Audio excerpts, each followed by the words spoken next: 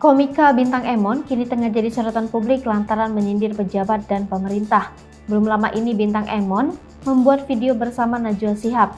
Dalam video yang dikutip dari akun @rumpigosip, Sabtu 9 April 2022, Bintang Emon mengumpamakan isi hati pejabat yang tegang saat bertemu dengan Najwa Shihab. Bintang Emon mengatakan kepada Najwa Shihab untuk tidak memberikan pertanyaan jebakan kepada para pejabat. Bintang Emon melanjutkan bahwa dirinya menyarankan pada Najwa Shihab ketika interview untuk tidak membahas terkait politik. Bintang Emon juga menyarankan untuk meminta tanggapan Lesti Kejora. Bintang Emon mengatakan bahwa untuk tidak banyak ikut campur dan bertanya terkait kebijakan. Dalam unggahan video tersebut nampaknya Najwa Shihab tak berkomentar. Ia hanya terdiam dan memperhatikan tingkah laku Bintang Emon. Dalam unggahan tersebut juga sontak ramai dibanjiri komentar warganet yang turut menyoroti ekspresi Najwa Shihab yang tahan ketawa.